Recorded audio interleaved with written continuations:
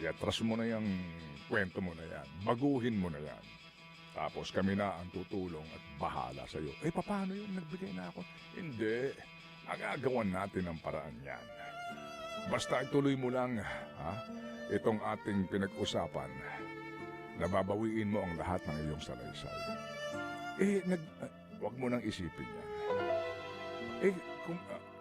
Ikaw kasi, kung yan sinuli mo na yan, ginamit mo lang sa mga abogado, baka naidepensa ka pa ng maayos. Ngayon umamin ka na. So, pwede mong bawiin yan. Okay. Sige. Binawi ko na. Nung binawi ngayon. Oo. Nung binawi ngayon, eto na. May mga perjury na sinasabi. Sandali lang. Hello? Paano mo sasabihin wala kang kinita? Nagsoli ka nga ng pera. Hello? Hindi ka ba nag-iisip? Ano ka ba? TANGA ka ba talaga? Ano ka ba? Paano ka na-impluensyahan na bawiin ang iyong statement? Oo nga. Ano? Mas delikado siya. Oo nga. Hindi ko naisip yun. Sabihin ko na hindi ako kumita pero nagsoli ako. Oo nga, ano? Para naisahan ako. Para nabudol ako. Ito mga kabayan, ano naman sabi niyo po dito sa balita po mula kay Sir Ted Pailon na dito bagay yung mga witness may parang humihimas po sa kanila habang sila po ay nakakulong dyan po sa kulungan ng Kamara at ng Senado mga kabayan. Para bang merong nagsasabi sa kanila na gawin nila ang isang bagay na dapat hindi mo dapat gawin tulad ng pagre-recant ng kanilang mga salaysay. Unang-una na po dyan si Boss Alcantara, mga kabayan. Ito ba, pakinggan po natin yung ulat po dyan sa atin ni Sir Ted Pailon. Sir Ted Pailon, pasok po. Ngayon, ito bang pagbaliktad daw ni Boss Henry, ituturing na trahedya? Abay, posible. Kasi isa siya sa mga witnesses na sasabihin na natin nagpangalan ng ilang proponents dun sa kanyang salaysay na tumatanggap di umano ng 30% na kickback. Kung maaalala po natin nung nangyaring hearing na yon kung saan maluha-luha pa siya nung sinisiwalat niya yung impormasyon na iyon. Mula daw sa puso yung kanyang pagsasabi ng tapat. Oo. Sige, so kasi po 6:24 na, mamaya pag-uusapan natin to, no? Sa punto po nga po ng mga implikasyon nito. Sinasabi ng Ombudsman, ingay lang yan. Kasi we will base our reaction on the official document. Tama naman din. Totoo. Okay. Sabi ho ng DOJ, wala pa kami natatanggap.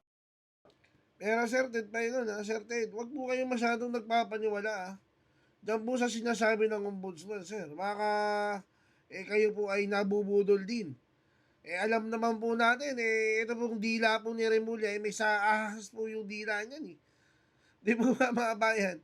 May saahas po ang dila niya ni Remulla. Kung may ipapangalan po tayo doon sa ahas na tubukso kay Eva Tadan, pwede po natin ipangalan Boeing Nako.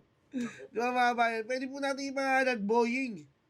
Sapagkat ito pong salita ni Remulla, talaga pong kala mo ahas kung magsalita. Kaya, Sir Ted, paalala lang po na wag po kayo masyado magpapaniwala dyan. Sige, Sir, tuloy niyo po. Yeah. Pero ang Billionaire News Channel po ay nagbigay po ng ulat na nakakuha sila ng kopya. Enero 5 daw po ito isinumite sa di ba, Sir?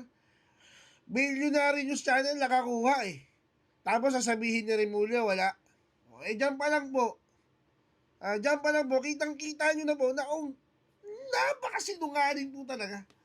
Dito po ombudsman na to, mga kabayan. Nuknukan ng sinungaling, mga kabayan. Talagang ito po yung matandang ahas Yung matandang ahas na tubukso kay Eva Tadan Napakatindi, mga kabayan. Diyan pa lang po. Billionaire News Channel, meron na. Ikaw ombudsman, wala. Sinong lolokohin mo? Diba mga kabayan? Sige, pasensya na po mga kabayan. Nagre-react lang ako sa sinasabi ni Sir Ted. Sir Ted, tuloy mo. DOJ. So hindi ho natin alam ang katotohanan sa punto ng talaga bang kasi ang bilyonaryo standing pat na talagang may kopya sila. As a matter of fact, kanilang nakapanayam yung abogado nung kabilang banda, yung inaakusahan na proponent. At sinasabi nga daw po itong retraction na ito ay umano ay totoo, no? Doon po sa ating pong napanood. Maliban na naman kung mali ang pagkakaintindi ko kasi medyo bingi ako, pero yun ang aking pagkakaunawa doon. Ngayon mga kapatid, sa punto po ngayon ng sinasabing retraction na ito, ano ba mga implikasyon nito sa particular pong kaso? Kasi nga iba si Boss Henry, nagsauli na siya. Oo, total ito 181 million doon sa binabanggit niya na 300 milyon daw na kanyang kinita sa mga proyekto po under sa kanyang distrito, mga flood control projects na binagsakan ng pondo ng mga proponents. Okay. Pero mga kapatid, kung inyo pong maaalala, sa report din po mismo ni Senator Ping Lacson sa kanyang talumpati po tungkol dito sa BGC Boys na ito, at maging sa isa pong report pa rin, no, ng bilyonaryo, ito po yung print naman nila ng counterpart, sinasabi na doon pa lang po sa record ng AMLAC, ang kanya pong gambling transactions diyan sa Soleil Resort and Casino na wala pong kaukulang kaparusahan na ipinapataw ang PAGCOR, ha? Wala, mga kapatid. Doon sa mga balita po na kahit na government employees o officials, pinagkakasino pa rin po nila. Ang sinasabi po ay umabot ito sa 2.4 billion pesos. Doon pa lang po, ha? Doon sa pa lang record kulang na. mismo. Okay. Oo. So sa AMLAC, 2.4 billion pesos ang naitaya sa mga kasino, pero ang gusto niya ibalik 300 million pesos lang. Yun ang naipangako niya nung una, di ba? Para maging parte nitong witness protection program natin. So magkano yun sa isang araw, Ted Filon? Kung 2.4 billion pesos yan.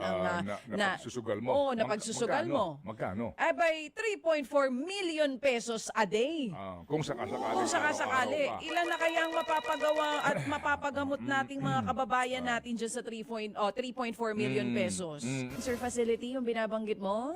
Dito Oo. sa 9 billion. 9 billion ba? Oo, Konti 9 na lang. billion. Kalahati na to ng cancer Pero facility. pwede na itong ipagpatayo noong kanilang medical arts building diyan sa Lang Center. Oh, magkano lang? That's only about 1 billion.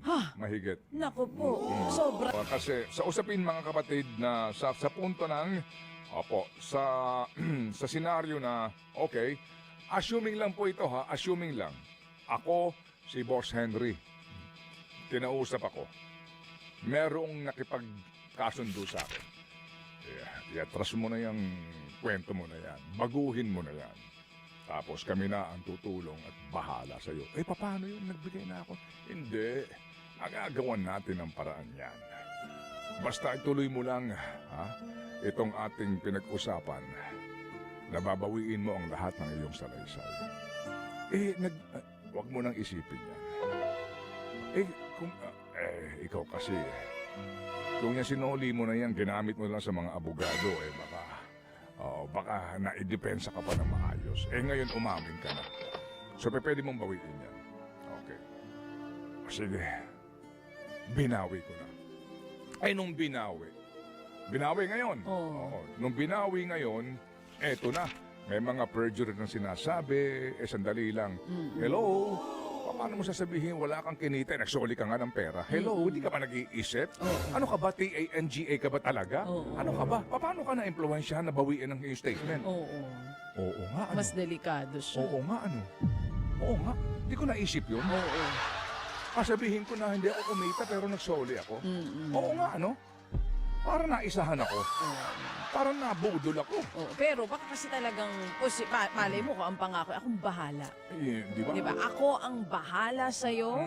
Hindi ka Tutulungan ka makukulong, tutulungan ka namin. Pero gusto Ang tanong mga bayan, sino lang po ang pwedeng magpangako, ang may lakas loob na magpangako ng ganyan kay Alcantara? Sige nga mga bayan, alam ko matatalino po yung mga subscriber ng ating channel eh. Sino po mga bayan? Tanging ang gobyerno lang dahil sila po yung may kapangyarihan ngayon eh. Diba? Hindi naman pwede si Saldico lang ang magsasabi niyan. Hindi ka mahanap si Saldico eh.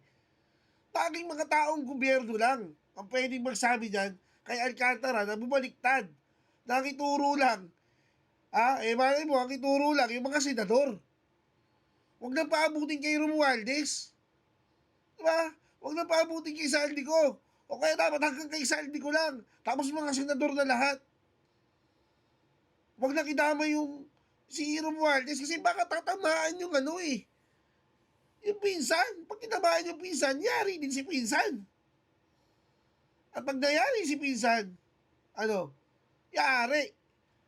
Nagkaroon ng, Marcos 2.0 na napatanggal sa palasyo na iniiwasan po nila. Hindi po ba mga bayan? Hindi nyo pwede sabihin na, hindi, inopera niya nito. Sino nag-offer? Si BP Sara? Mag-o-offer? Mga Duterte? Mag-o-offer? Diba? Si Kibuloy mag-o-offer? Sino mag-o-offer? Tanging ang gobyerno lang dahil sila ang nasa kapangyarihan.